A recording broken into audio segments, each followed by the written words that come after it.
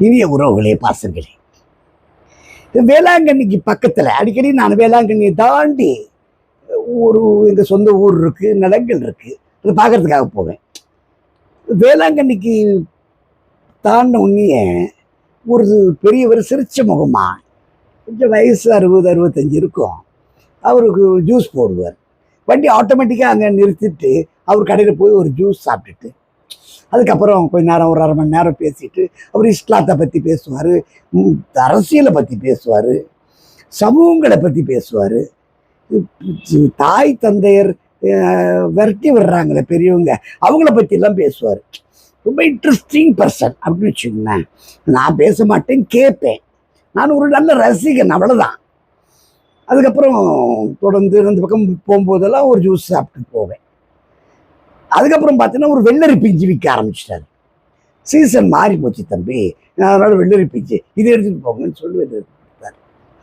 அதுக்கப்புறம் ஒரு நாள் ஜூஸ் கடை திறந்து வச்சுருந்தார். அதுக்கு போனேன், ஜூஸ் சாப்பிட்டேன்.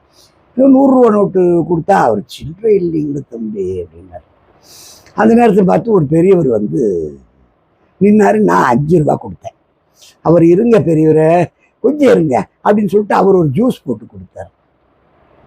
பாருங்க, பெத்த பிள்ளைங்க துரத்திடுறாங்க, பாவம் அவங்க என்ன பண்ணுவாங்க அப்படின்னு சொல்லிட்டு அவர் கொஞ்சம் சமூகத்தின் மேல் பற்றுதல் உள்ள ஒரு மாதிரி தெரியுது எனக்கு.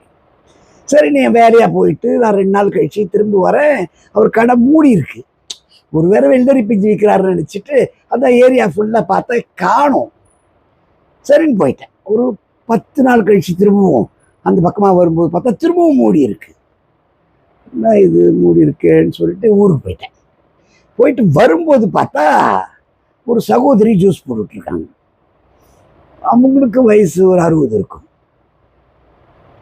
அந்த அண்ணன் இல்லைங்களா பாய் அப்படின்னு கேட்டேன். இல்லை, அவர் திடீர்னு நெஞ்சு வலி வந்துடுச்சு, ஒரு ஹாஸ்பிட்டல் கொண்டு போகிறதுக்குள்ளே இறந்துட்டாரு.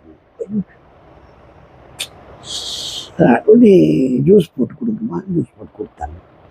கொடுத்த உடனே காசு கொடுக்க போங்க, இருங்க வண்டி நம்பர் உங்களுதா, உங்களுக்கு ஏதோ காசு பேலன்ஸ் இருக்குதுன்னு சொல்லி கொடுத்துருந்தாரு, நாங்கள் பிடிங்க அப்படின்னு ஒரு 75 ரூபாயை கொண்டு வந்து கொடுக்குறாங்க.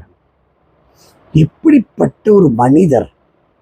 வாழ்க்கையில் சாகும்போது கூட இவரோட இந்த நம்பர் உள்ள வண்டிக்கு வண்டிக்கார் வருவார், அவருக்கு இந்த காசை கொடுத்துருன்னு சொல்லக்கூடிய ஒரு மனிதம் உள்ள ஒரு இதயம் நின்று போச்சுங்களேங்க. இப்படிதான் இருக்கு உலகம். அவர் நல்லா இருக்கணுங்க, எங்க இருந்தாலும் நல்லா இருப்பார்.